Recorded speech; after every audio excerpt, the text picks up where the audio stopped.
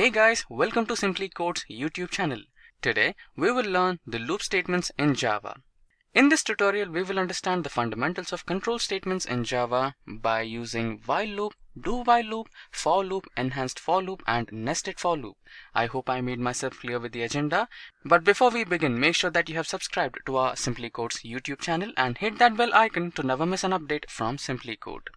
Hello guys, and let's get started with today's topic, which is about understanding the loop statements in Java. So first of all, understand why do we need loop statements? So generally, whenever you are dealing with some data structures in Java, which can store multiple elements, for example, we saw array, which can store multiple elements. String is also basically technically a character array, which is storing multiple characters. So whenever you have these kind of data structures where you have multiple elements being stored in the same, then in that case, you would like to have a way to iterate or access all of the elements in a seamless fashion. One of the ways is to access them individually one by one, but that's too much of work. That's too much of code. There has to be a simpler way of accessing all the elements one by one if I want to. And that's where the majority of the use cases for using loops coming to picture.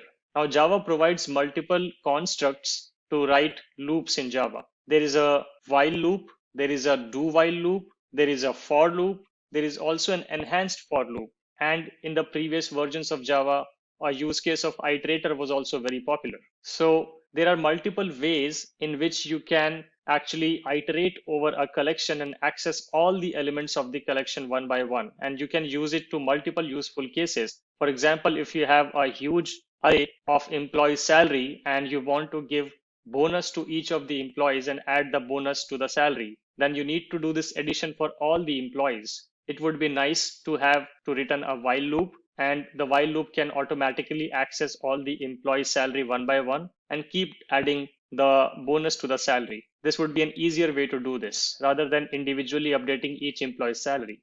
And the first loop statement we are going to understand is a while loop. So the syntax of while loop is very straightforward. You write the while keyword, you enter the actual condition which will be evaluating to a Boolean true or false. So you write the expression which will be a Boolean expression, exactly similar to the conditions which you use to write in your if statements. So you write your condition which will evaluate to either true or false, and then you write your statement. And these statements will keep executing till the time this particular expression evaluates to true. So generally the way it works is that it will enter the while block, it will evaluate the expression. If the expression becomes true, then the statements inside this particular while block will be executed. And after the execution of the statement, it will again go back, again evaluate the expression. We call them steps basically. So it will go to the next step, again evaluate the expression. If this still holds true, it will again go inside,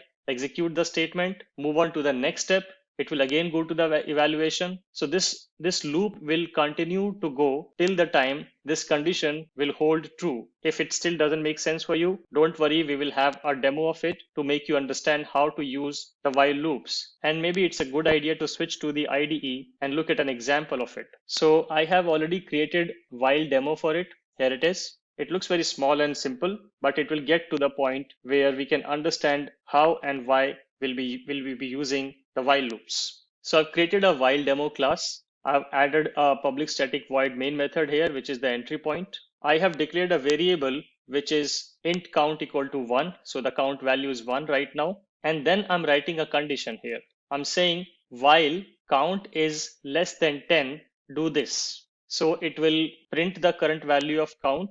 And after that, I'm using the post increment unary operator. If you remember, we covered this in the previous sessions. What is the meaning of this? It basically will increment the value of count by 1. This expression is equivalent to if I write it in this way. If I write count equal to count plus 1, this is exactly the same as this. No difference. So this will have the same impact. I will just remove this line because we already have the count plus plus here. So if we try to understand this, we are basically incrementing the count and then checking the condition again. So at first time, it will be 1 less than 10. Yes, that is true. it will go inside and print the count value, the current count value, which will be 1, and then it does count plus plus. So now the count value becomes 2. It will again go back here, again check the condition saying is 2 less than 10? Yes, that is true. So the while condition again becomes true. It will again go inside this, print the current value of count, which is 2, then do count plus plus. So it will again increment the value of count. So now the count value becomes 3. Again go back here at condition and saying is 3 less than 10? Yes, that is still true. Again come here, print the 3. Again go here, make count as 4. 4 less than 10, prints 4. Again count plus plus, count becomes 5, and so on and so forth. It will keep doing that till the value becomes 10. So at a step when count plus plus results in the count value being updated to 10, it will go here and say is 10 less than 10? Now that is not true because 10 is equal to 10, but 10 is not less than 10. So this condition will become false and it will exit of this while loop and it will come here and it will execute if there was anything written after the while loop that will be executed. So that's the idea, that you want to do something till a particular condition holds true. Then you can use the while loop, define your condition and execute the statements and try to do something which changes the state of this condition. Here I'm changing the count so that every time a new evaluation happens. If I comment this will result in an infinite loop because 1 will always be less than 10. I will not be incrementing the count here and it will keep running forever. It will never stop. It will just keep printing 1, 1, 1 every time till your computer program runs out of the memory. So always remember not to end up into an infinite loop. That's probably one of the biggest mistakes any beginner programmer does. So please try to be aware of that particular loophole, not try to run an infinite loop. Always try to write something in the code block which can change the state of the condition, and also make sure that that state condition sometime should become false. You should also make sure that always becomes false, because if I do this, then this condition will always remain true because it is already 1, then it will become 0, then it will become -1, -2, -3, so on and so forth. But that value of count will forever be less than 10. And again, you will never be able to exit this loop. Your program will be stuck in this loop till your program runs out of the memory. So always remember to write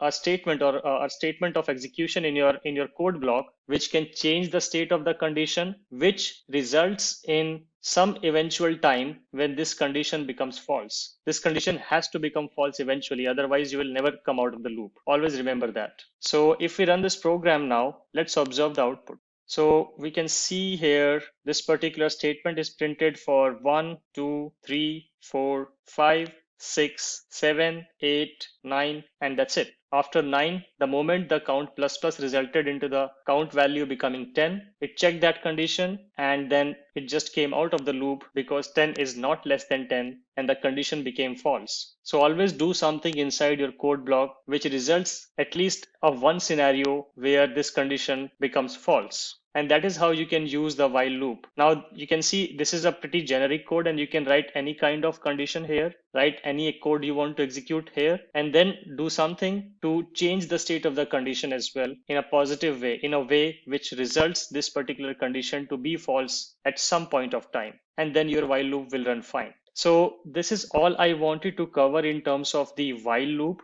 Hello guys, let's get started with today's topic, which is about how to use do while loops.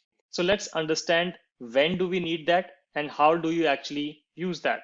Let me switch to the Java documentation and if I can find some syntax of it as well. Yep. So as you can see here, if I just highlight this portion, this is how you actually write a do while statement block. So you write do, you start a code block, you write some executable statements, and then after the code block ends, you write a while expression and end it with semicolon. This is the syntax basically. It starts with do or curly braces, some executable statements, a while block or a while statement basically with an expression ending with a semicolon. Let's understand this with the help of a program to understand the structure better. So for this, I have created a sample program here, which is called do while demo. Again, having a public static void main method, and it has a variable which is count and it is initialized as 1. Then I write do, I write this code block or the curly braces, and then I am just printing the value of count. Then I am incrementing the value of count, and then I am writing a condition which says while count is less than 10 and semicolon. If you compare this with the previous demo we ran, if I just put them side by side, we had while condition statement and the state change condition. Here we have do statement, condition change statement, and then we check the condition at the end. So the idea is that if you have a use case where before you even evaluate the condition, you want to print something, even before you evaluate the condition, if you want to do something, in that case, you will use the do while loop. Even before the actual while loop starts, if you want to execute a statement, you will use do while loop. For example, if you want to print the initial value of the count even before the condition checks, then you can use do while loop. If that is not your use case, you can use a simple while loop, which is described here in this program. So coming back to the do while, so I say do, and then I'm saying print this particular statement without checking anything. This condition will be executed for the first time without any condition check at all. This will just work as is, like a normal Java statement. After that, I'm incrementing the value of the count, and then I'm checking the condition. So remember, when this particular condition is being checked, the first increment has already happened. But in the while case, we did the comparison before even the first increment. The first comparison happened with the original value of count. But here, the first comparison is happening with the incremented value of the count. Hope you get the difference in a better context now, that you will use this when you want to write some initialization code before you actually hit the condition. So this condition will be evaluated with 2 less than 10, and then the value will be printed. Let's print this example, and we'll also try to play around with this example a bit more to build our understanding better.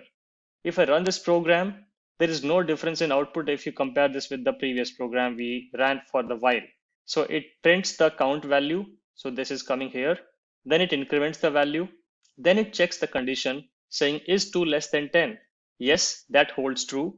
If that holds true, it will go back to statement number 9, again print this, again do an increment on the count, and again check the condition with the updated value of the count, which will say 3 less than 10 now.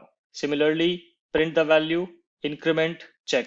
This will continue to happen till this particular condition becomes false. And once this condition is false, it will exit out of this whole do while loop, and it will go to the line number 12.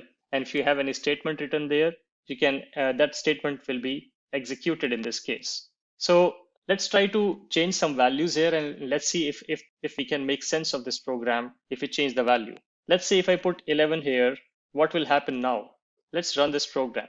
You will say now you will see that this particular output is displayed which says count is 11. So what happened here, that count was 11, it entered the do while block, it went to this particular statement which said count is 11, then it incremented the value, so the value became 12, and obviously 12 is not less than 10, so it did not print it again. It only printed once, even if the first time the condition was checked, the first condition execution itself resulted in false. Still, line number 9 got successfully printed. And that's the whole idea behind using the do while. What if I change this value to 10? Let's see what happens. And after that, we'll run one more combination to just make it more interesting. This time again, count is 10. Line number 10 will be printed as count is 10. Then at line number 10, the count is incremented to 11, and 11 is not less than 10. So in this case, the loop ends and it will move out. Now, what happens if I do this? If I say less than equal to here, let's run this program and interpret the output. Now, again, only one statement is printed because in this case, the count is 10, 10 is printed here, and we are saying 10 plus 1, 11. 11 is still not less than equal to 10. And that's why the loop just exits. Let's make it 9 and see what happens. Now you see two values. So count is 9. It enters the do while loop, goes to statement number 9, prints the current value of count, which is 9, then increments the value to 10. Then at line number 11, this while statement is executed and the condition is checked. Is 10 less than equal to 10? Yes. 10 is not less than, but 10 is equal to 10. So this condition will hold true. It will go back here. Print count is 10. Make count 11. Again, check the condition. Is 11 less than equal to 10? No, it's not. And then the condition will return to false and loop will be exited. So hope this will give you a better understanding now, since we ran different permutations and combinations of the values and we saw when this will be executed and when this will not be executed. But the bottom line is very straightforward, that whenever you want to write some pre-processing logic, even before checking the very first condition of your loop, then in that case, you will be using a do-while loop. Otherwise, a normal while loop or a for loop will absolutely work fine. Hello guys, let's get started with today's topic, which is about for loops in Java. So far we covered about while loops and do while loops, and we also saw different examples of using different types of data structures like arrays. But one of the core requirements whenever you are working with any kind of collection is to iterate over it. Exactly similar to what I explained in the do while and while lectures, that you would often require to iterate over a collection or a data structure. And for that, one of the most sophisticated and easiest way to do that is using for loops. So let's understand the syntax of for loop first, and then we will also look at an example of it in the Eclipse IDE. So I have just opened the official Java docs here. So if you see, this is basically the syntax of a for loop statement. So let's understand it. And let's also try to compare it with a while loop so that we can understand how it compares with the while loop. So if we see the syntax, we first see the term initialization, then we see the term termination, and then we see the term called increment. Now, if I try to compare it with a while loop, there also you basically did these three things. You first initialized a variable outside the while loop, which is called initialization, and then you wrote a condition, which is your termination condition. You wrote a condition saying, let's say, while I is greater than 10 or while I is less than 10. So that is the condition, which is also the termination statement. The loop will continue to execute till that condition evaluates to false, and that's when the loop terminates. That's why we call it as termination. And then the third piece of it is the increment, the I++, which we used to do in the while loops. So these three portions together make or constitute any kind of loop in any kind of programming language. And for loop, if you see, the kind of code which you use to write in a while loop in multiple lines, where you first initialize a variable, then you write a condition in the while block, and then inside the while block, you use to increment the variable. All of that can be done in a single line in the for loop. And that's why I said it is the most sophisticated and easiest way to write loops in Java. So you write all of these three things, the initialization, the condition, and the increment or decrement values in the single line. And then you start with the curly braces and you write the code which you want to keep executing till the condition evaluates to false. That's the basic syntax of it. So let us try to understand this with the help of an example. So here I have opened a class which is called for demo, and this is a class which will demonstrate the usage of a for loop. So again, we have a public static void main method, which you can see here, which is the entry point. And then I use the keyword for. I put standard braces or the brackets, and then I do the initialization.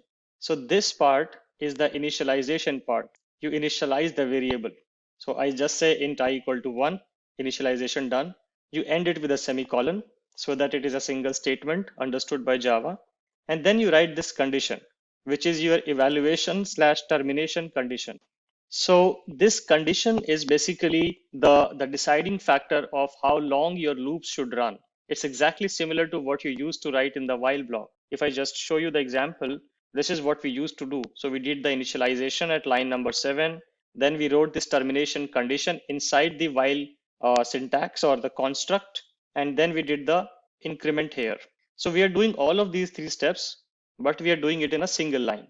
So this is the condition, and then we write our increment or decrement values, which are going to change the evaluation condition every time at every step. So we are saying I++. So Technically, what I am saying here is that start with I equal to 1 and then check the condition I less than 10. So in the first step, it will be checking if 1 is less than 10. If the condition holds true, go inside the for loop, execute the statement at line number 7, and then go back to this particular statement. So we do I plus plus. So I becomes 2, and then you again go back to the condition. And again you check if 2 is less than 10. Yes, it is. So again you go inside the for loop and do whatever is written there. There can be multiple statements here. For now, I have just written one system.out.println.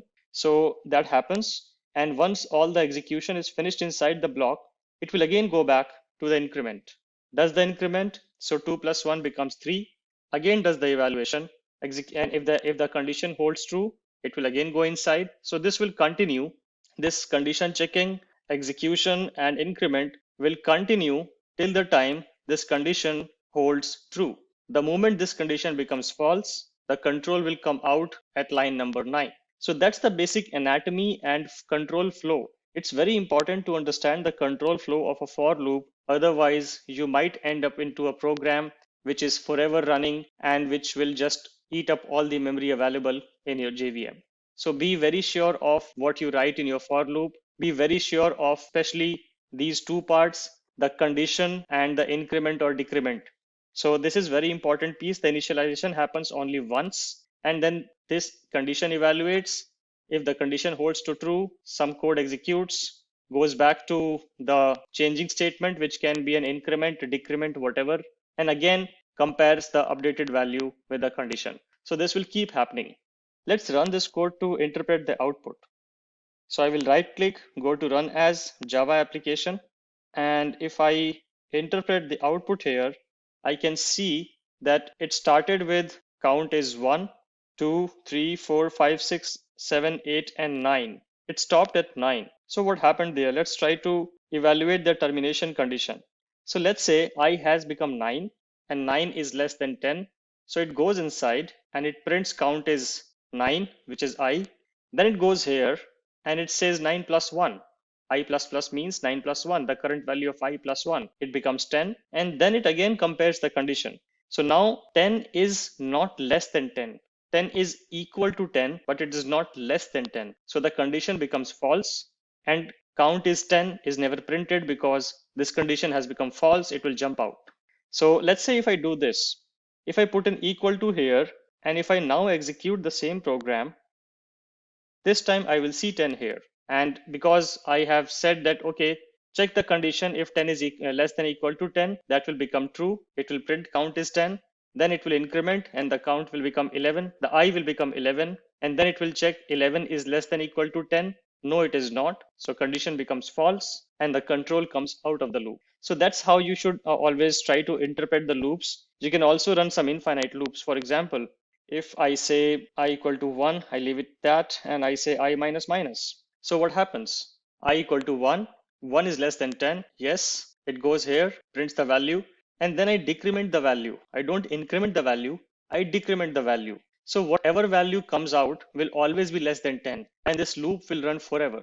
For fun, let's try to run this, and I will have to kill this program manually, but just to show you what happens and what you should not do in your Java program. So you see, it will continuously keep printing the values till the program runs out of memory, till it eats up all the available memory. It is forever running. It will never stop because the condition will never evaluate to false. This condition will forever be true. So the loop will run forever. So I'm just going to kill the program, but this is something which you should avoid whenever you are writing Java code. And this happens quite often with beginner programmers. Hello guys, and let's get started with enhanced for loops in Java. We generally use the enhanced for loops for scenarios whenever we have to iterate over a collection of items or an array of items. Those are the most popular and common use cases of using enhanced for loop. And this for loop is even simpler. Like I said, it's even simpler than writing a classic for loop. And the syntax is simply like this. You again start with for, put the standard brackets, and then let's start from the rightmost because then I will be able to explain it better. You specify the collection in the rightmost side of the bracket.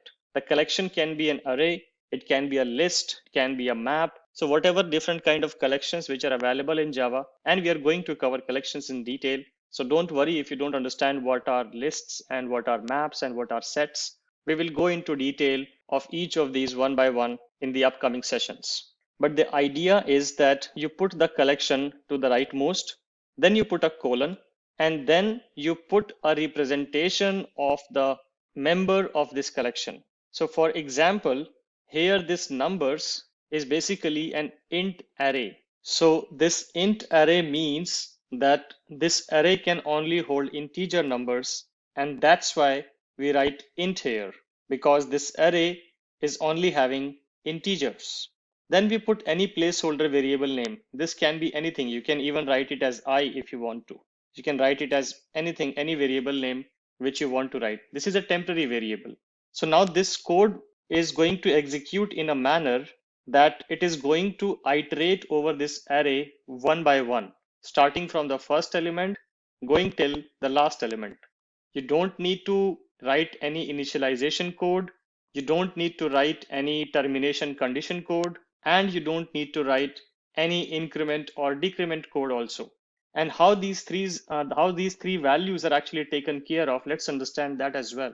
So when we talk about the initialization, as I have put an array here, a data structure here, the automatic initialization index is going to be the first index. So when we do the iteration, when this for loop is going to execute, it is automatically going to initialize a temporary variable with the value at the first index, which is the index 0. As you know that array is a 0 index based structure. Then comes the condition part. So the condition evaluation is going to be again based on the size of the array or the size of the data structure which you are using. It is going to start from the first index, which is the index 0, and it is going to iterate till the array's last element is reached. So technically start from the index 0 and go till the last element. That's your evaluation condition. And then comes the increment part. So at each step after it has successfully accessed the first element, automatically the index is going to be updated to pointing to the next element. So if it starts from here, once the first step iteration is complete, I is automatically going to be incremented to index 1. And then it will basically, this I will be holding 2.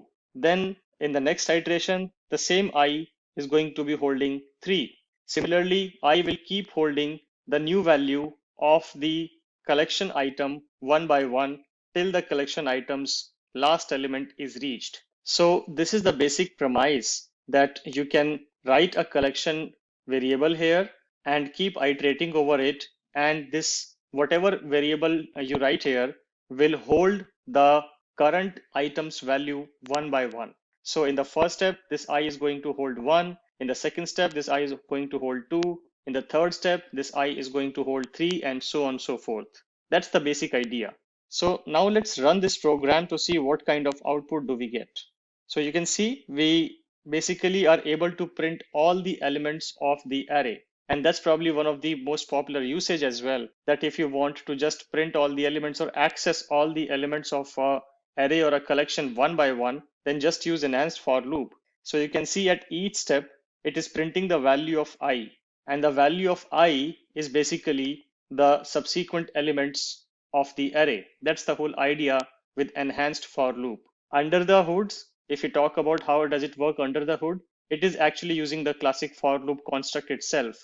But for developers, it is making it easier because it knows that if you are iterating over a collection, you will start with the first element and you will go till the last element. So it knows the initialization value, the termination condition, and it also knows the increment condition. And that's the reason you will use enhanced for loops in Java for iterating over collections. Hello guys, let's get started with nested for loops in Java. So in front of you, you can see an example which I have prepared for nested for loops. And in this particular example, I have created a two-dimensional array. As you can see on the line number 6, I have created an integer array and I have put two square brackets here, which are basically symbolizing that this is a two-dimensional array. So this two-dimensional array is going to hold technically a 2D matrix. And we are going to use the concept of nested for loops to print this 2D array in a 2D matrix style where you will be able to see the rows and columns clearly.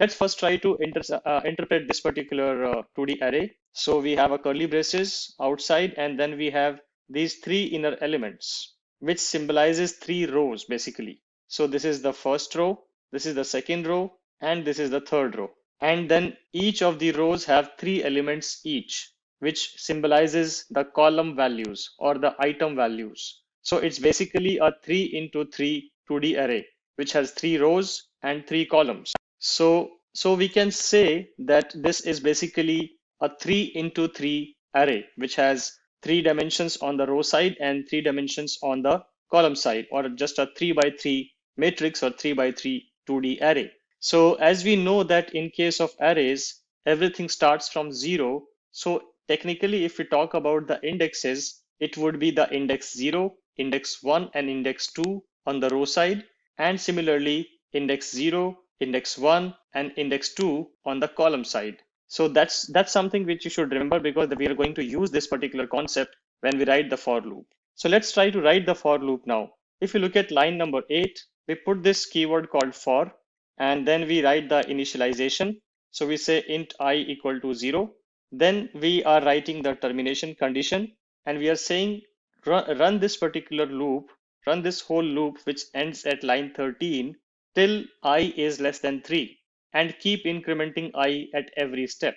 That's what I'm doing in the line number 8. Then inside the for loop, I'm writing another for loop which has another different variable called j. It can be anything, you can name it anything you want. And this also starts with 0.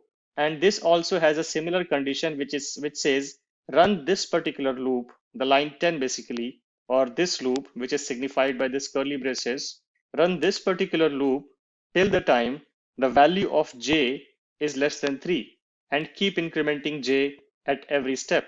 And at line number 10, print the element of array which has the current value of I and the current value of j. These are basically the positions. These are not the elements. The element would be represented by this whole, but print the element which is at current I and j's position values. That's what this code means. So let's try to do a dry run on this particular code to understand how this is going to work.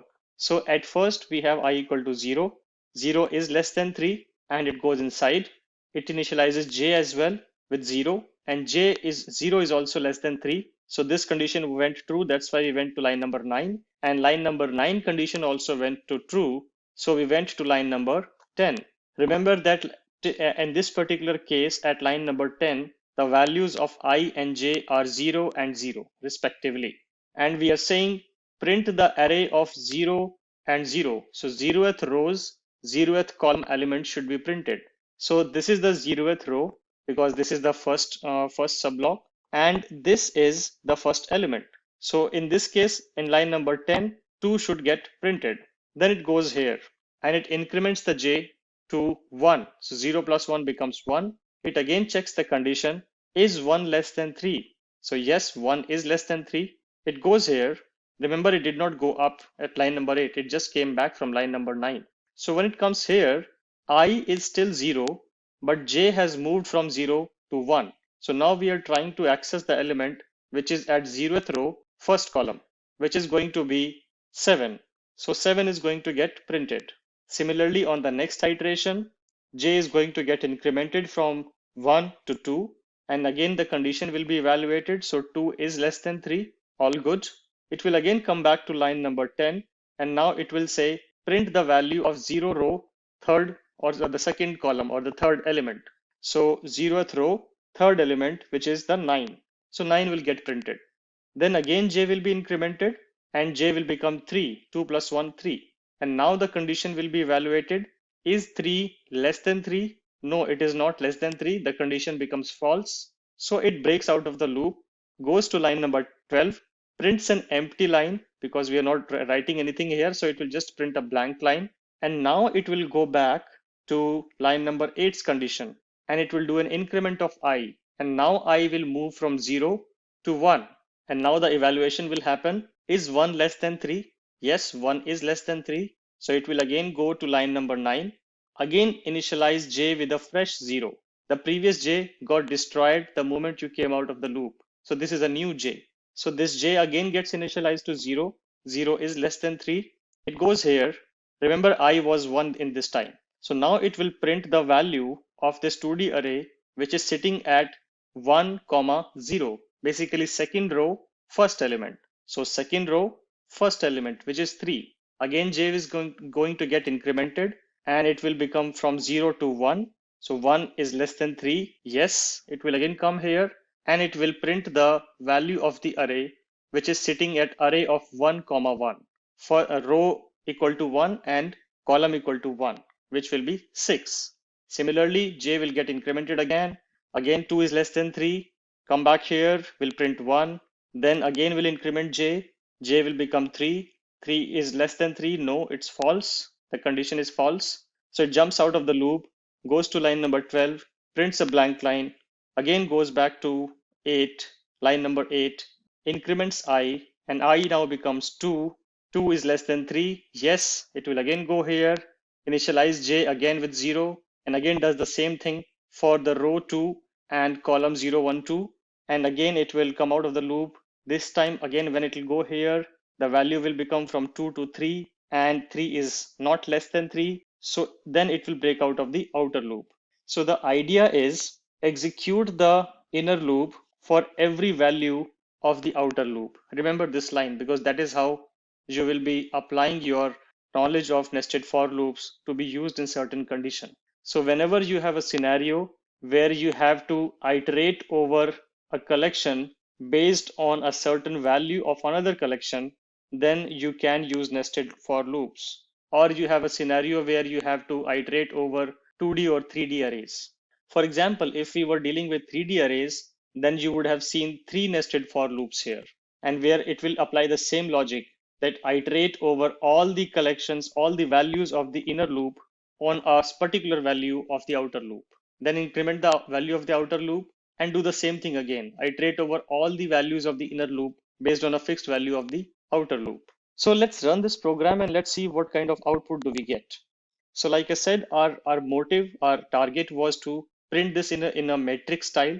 And you can see that it is printing in a sort of a matrix representation. So the first row gets printed here, then the second row gets printed here, and then the third row gets printed here. If you try to decipher it, it will work exactly the same way as I explained. So I equal to 0, 0 less than 3, condition becomes true, comes here, j equal to 0, j less than 3, condition becomes true, comes here, prints the array of 0, 0, which is 2, then prints the array of 0, 1, which is 7, 0, 2, which is 9, then j becomes 3, it breaks out of the loop, goes up here, I becomes from 0 to 1, 1 is less than 3, yes, again comes here, reinitializes a fresh for loop with a new j setting to 0, and it will print the array of 1, 0, 1, 1, 1, 2, then similarly array of 2, 0, 2, 1, 2, 2. So that's basically what we are doing. We are picking the first row and iterating all elements of it, picking the second row, iterating all elements over it, and so on and so forth. You can do this for any n-dimensional kind of array or a collection. So this is all I wanted to cover in today's session. If you like this video, a thumbs up would be massively appreciated, and please do not forget to subscribe to Simplicode for more programming related videos. And with that, we have come to an end of this tutorial. If you have any queries regarding the topics covered in this tutorial, then please feel free to ask them down in the comment section below. Our 24/7 support team will be happy to resolve all your queries. Until next time, thank you, stay safe and keep learning.